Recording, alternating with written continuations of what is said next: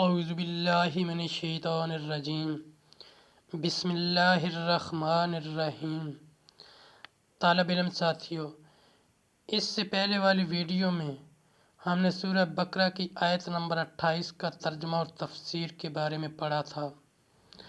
آج اس ویڈیو میں ہم سورہ بقرہ کی آیت نمبر 29 کا ترجمہ اور تفسیر پڑھیں گے۔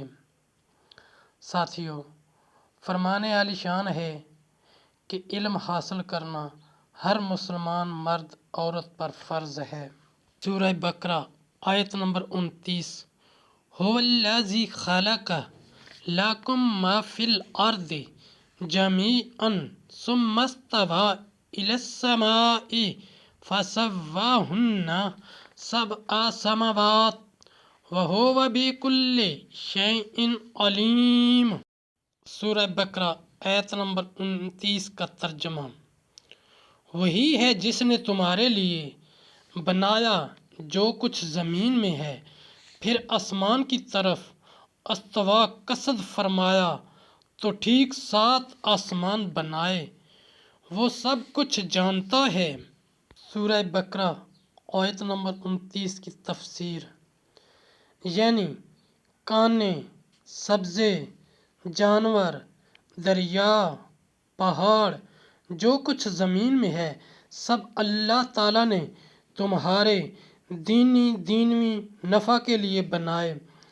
دینی نفع اس طرح کہ زمین کے عجائبات دیکھ کر تمہیں اللہ تعالیٰ کی حکمت و قدرت معرفت ہو، اور دینوی منافع یہ کہ کھاؤ پیو، آرام کرو، اپنے کاموں میں لاؤ، تو ان نعمتوں کے باوجود تم کس طرح کفر کرو گے؟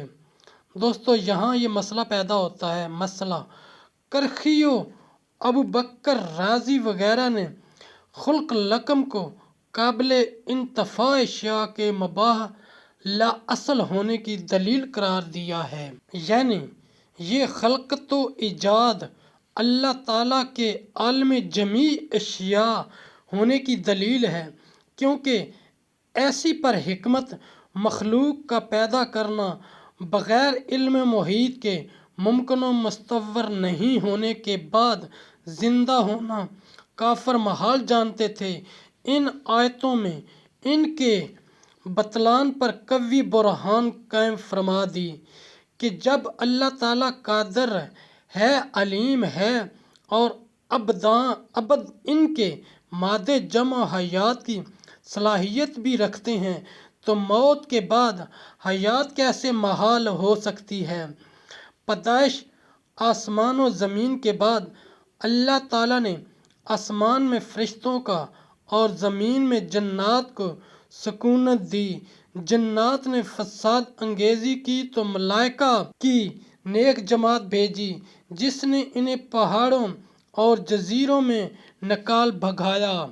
ساتھیو، ہم سب نے تعلیمات قرآن کو دنیا کے کونے کونے میں پہنچانا ہے، اس لیے آپ بھی اپنے دوستوں کو، اپنی فیملی کو میرا چینل قرآن ود ایڈی پیڈیا سبسکرائب کرنے کی دعوت دیجیے، گھنٹی بجانا نہ بھولنا۔ اللہ کریم ہم سب کی نیک اور جائز حاجات پوری فرمائے، آمین یا رب العالمین۔